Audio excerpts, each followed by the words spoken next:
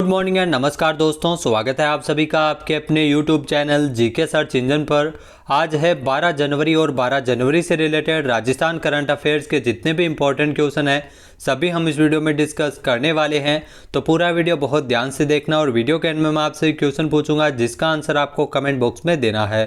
कल के वीडियो में मैंने आपसे क्वेश्चन पूछा था जो था हाल ही में राजस्थान के जयपुर, जोधपुर और उदयपुर में 5G इंटरनेट सेवाओं की शुरुआत कब से की गई है।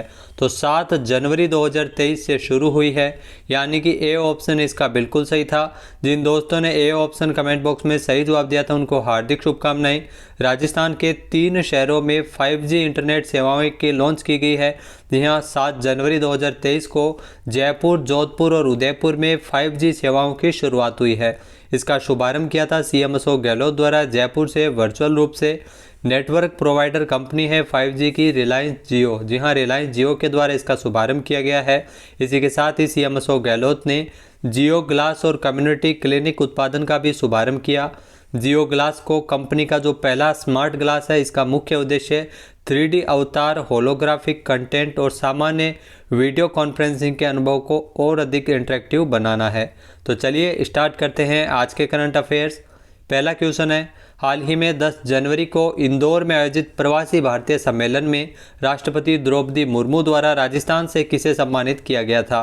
तो राजस्थान से अमित लाट को सम्मानित किया गया था राष्ट्रपति द्रौपदी मुर्मू के द्वारा, यानी कि बी ऑप्शन इस क्वेश्चन का बिल्कुल सही है।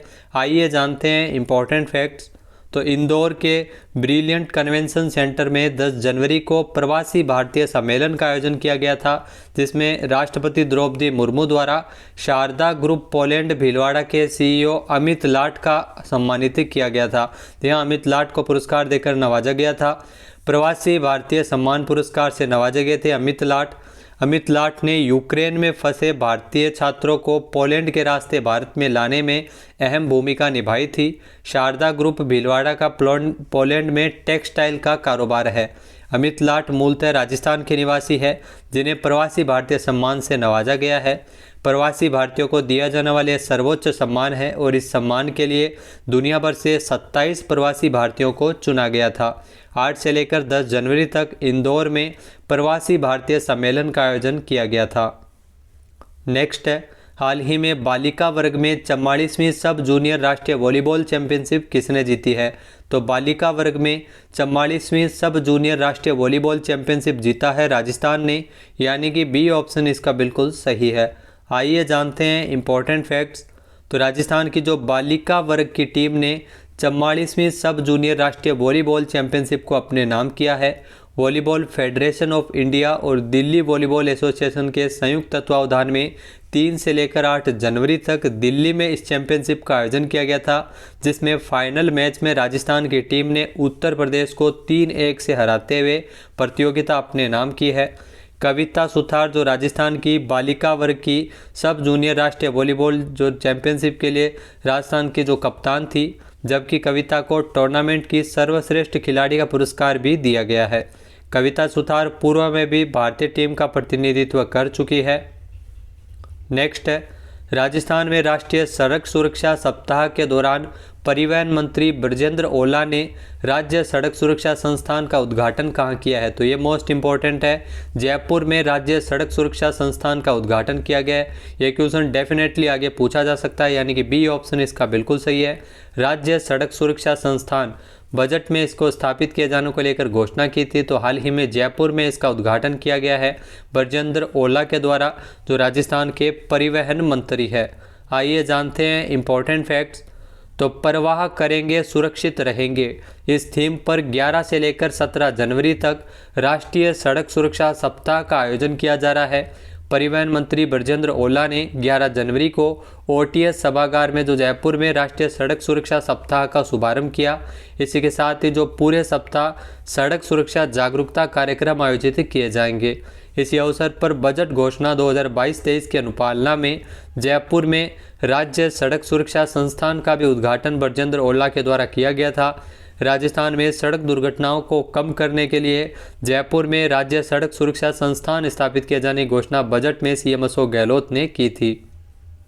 नेक्स्ट है, राजस्थान में साल 2024 में जयपुर इंटरनेशनल फिल्म फेस्टिवल के 16वें संस्करण का आयोजन कब किया जाएगा? तो ये ध्यान रखना इम्पोर्टेंट है। अगले साल यानी 2024 में जयपुर इंटरनेशनल फिल्म फेस्टिवल का जो 16वां संस्करण है जिसका आयोजन 5 जनवरी से किया जाएगा, यानी कि बी ऑप्शन है इसका बिल्कुल सही है। आइए जानते हैं इम्पोर्टेंट फैक्ट्स। तो जयपुर इंटरनेशनल फिल्म फेस्टिवल का जो 15वां संस्करण है जो हाल ही में 10 जनवरी को संपन्न हुआ है, इसी के साथ ही ये भी तय किया गया है कि अगले साल 2024 में 5 जनवरी से जयपुर इंटरनेशनल फिल्म फेस्टिवल का 16वां संस्करण आयोजित किया जाएगा, यानी 16वां संस्करण अगले साल 5 जनवरी से इसकी शुरुआत की जाएगी। जिफ 2023 में कुल मिलाकर इस जो 5 दिवसीय फेस्टिवल के दौरान 83 देशों की 282 फिल्मों की स्क्रीनिंग की गई थी। तो 15वां संस्करण है जिफ का 2023 में आयोजित किया गया है, जबकि 2024 में 5 जनवरी से जयपुर इंटरनेशनल फिल्म फेस्टिवल का आयोजन किया जाएगा। जिफ 2023 में फिल्मोत्सव के जो इतिहास में पहली बार जिफ सिने प्रेमियों के लिए एक अनूठी थीम लाया गया था जिसका नाम था फिल्मों से मानसिक योग। जी हाँ, इस थीम पर इसका आयोजन किया गया था। जयपुर इंटरनेशनल फिल्म फेस्टिवल के दौरान राजस्थान के सक्रिय और चर्चित फिल्मकारों की फिल्मों की स्क्रीनिंग भी की गई थी। साथ ही साथ 6 से लेकर 10 जनवरी 2023 को आइनॉक्स जीटी सेंट्रल जयपुर में ये 15वां जयपुर इंटरनेशनल फिल्म फेस्टिवल 2023 में आयोजित किया गया है। नेक्स्ट है साल 2023 के लिए राजस्थान में जयपुर लिटरेचर फेस्टिवल का 16वां संस्करण कब आयोजित किया जाएगा? तो ये ध्यान रखना, जयपुर लिटरेचर फेस्टिवल है, ध्यान रखना इसका 16वां संस्करण है। जी हाँ, जयपुर लिटरेचर फेस्टिवल का 16वां संस्करण है। 2023 में इसका आयोजन है वो 19 से लेकर 23 जनवरी तक किया जाएगा, यानी कि बी ऑप्शन इसका बिल्कुल सही है। आइए जानते हैं इम्पोर्टेंट फैक्ट्स। तो आइकॉनिक जयपुर लिटरेचर फेस्टिवल का 16वां संस्करण है जिसका आयोजन 19 से लेकर 23 जनवरी तक राजस्थान की राजधानी जयपुर के जेएलएन मार्ग स्थित होटल क्लार्क्स आमेर में आयोजित किया जाएगा। इस साल लिटरेचर फेस्टिवल जो दुनिया की श्रेष्ठ प्रतिभाओं की मेज़बानी करेगा। यहाँ साहित्य का महाकुंभ इसे कहा जाता है, जिसमें नोबेल प्राइज से सम्मानित अब्दुल रज्जाक गुरनाह, इसके अलावा इंटरनेशनल बुकर प्राइज विजेता गीतांजलि भी शामिल होगी। वर्ष 2023 में जो जयपुर लिटरेचर फेस्टिवल के जो 16वें संस्करण में फेस्टिवल में लगभग 400 से अधिक वक्ताओं की मेज़बानी करेगा, जो अलग अलग जगहों और देशों से मेज़बान इसमें शामिल होंगे। इसमें अलग अलग वक्ता शामिल होंगे। इन वक्ताओं में Nobel Booker, international Booker prize, Pulitzer पुरस्कार विजेता, साहित्य अकादमी, वैली गिफ्ट, इसके अलावा पेन अमेरिका लिटरेरी अवार्ड्स विजेता, इसके अलावा डीएससी प्राइज विजेता, जेसीबी प्राइज जैसे कई पुरस्कारों में सम्मानित लेखक इसमें शामिल होंगे।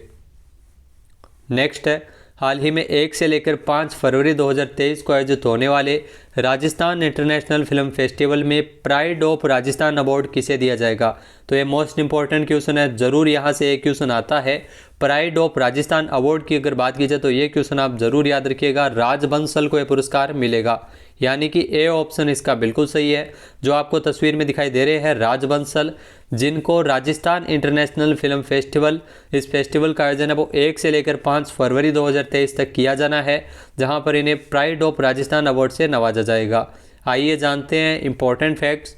तो रिप फिल्म क्लब द्वारा आयोजित राजस्थान इंटरनेशनल फिल्म फेस्टिवल का जो 9वां संस्करण है, ध्यान रखना 9वां संस्करण है, 1 से लेकर 5 फरवरी 2023 तक इसका आयोजन किया जाएगा।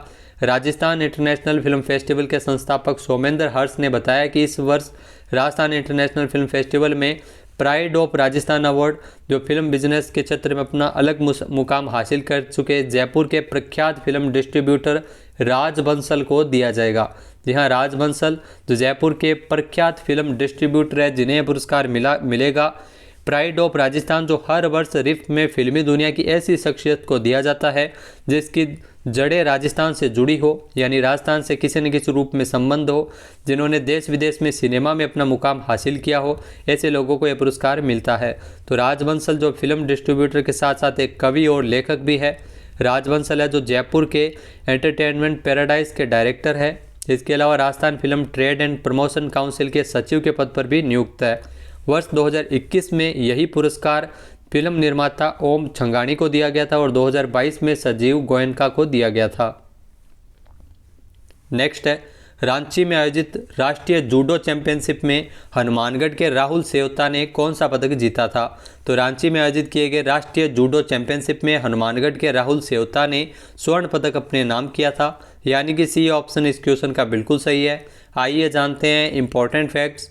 तो झारखंड के रांची में राष्ट्रीय जूडो चैंपियनशिप का आयोजन हुआ था, जिसमें राजस्थान के राहुल सेवता ने स्वर्ण पदक जीता था। राहुल सेवता का संबंध है वो राजस्थान के हनुमानगढ़ जिले से है। रांची के खेल गांव में स्थित जो हरिवंश टाना भगत इंडोर स्टेडियम में 16 से लेकर 20 दिसंबर तक आयोजित इस टूर्नामेंट में देश भर से राज्यों के तकरीबन 700 से अधिक खिलाड़ियों ने हिस्सा लिया था। नेक्स्ट क्वेश्चन है, मुख्यमंत्री अशोक गहलोत ने राज्य में चल रहे कितने पोक्सो न्यायालयों में जो निर्भया फंड के लिए 60 करोड़ रुपए के अतिरिक्त बजट के प्रावधान को स्वीकृति प्रदान की है? तो सीएम अशोक गहलोत द्वारा राजस्थान में जो चल रहे 45 पोक्सो न्यायालयों के लिए निर्भया फंड में 60 करोड़ रुपए के अतिरिक्त बजट के प्रावधान को स्वीकृत किया है। आइए जानते हैं इंपॉर्टेंट फैक्ट्स। तो मुख्यमंत्री अशोक गहलोत ने महिलाओं की सुरक्षा के लिए प्रदेश में चल रहे 45 पोक्सो न्यायालयों के लिए जो निर्भया फंड में 60 करोड़ रुपए के अतिरिक्त बजट के प्रावधान को मंजूर किया है। पोक्सो न्यायालयों में पदस्थापित कर्मचारियों अधिकारियों के आगामी माह के वेतन संवेतन का निर्बाध आहरण इससे किया जा सकेगा। तो निर्भया फंड के लिए 60 करोड़ रुपए का अतिरिक्त बजट है वो सीएम अशोक गहलोत द्वारा स्वीकृत किया गया है। नेक्स्ट क्वेश्चन है, हाल ही में राष्ट्रीय मानव तस्करी जागरूकता दिवस कब मनाया गया है? तो हाल ही में जो राष्ट्रीय मानव तस्करी जागरूकता दिवस मनाया गया है 11 जनवरी को, यानी कि सी ऑप्शन इसका बिल्कुल सही है। आइए जानते हैं इंपॉर्टेंट फैक्ट्स। तो 11 जनवरी को राष्ट्रीय मानव तस्करी जागरूकता दिवस के तौर पर मनाया जाता है। इस दिवस का मुख्य उद्देश्य मानव तस्करी पीड़ितों की दुर्दशा के बारे में जागरूकता बढ़ाने के साथ साथ उनके अधिकारों को बढ़ावा देना और उनकी रक्षा करना है। एक अनुमान के मुताबिक हर साल दुनिया भर में तकरीबन 2,25,000 लोग मानव तस्करी के शिकार बनते हैं। तो इसके संबंध में जागरूकता के लिए हर साल 11 जनवरी को राष्ट्रीय मानव तस्करी जागरूकता दिवस के तौर पर मनाया जाता है। 11 जनवरी को यह दिवस मनाने के लिए इसलिए चुना गया क्योंकि संयुक्त राज्य अमेरिका में आधुनिक दास्ता को संबोधित करने वाला जो पहला संघीय कानून the trafficking victims protection act 2000 पारित किया गया था।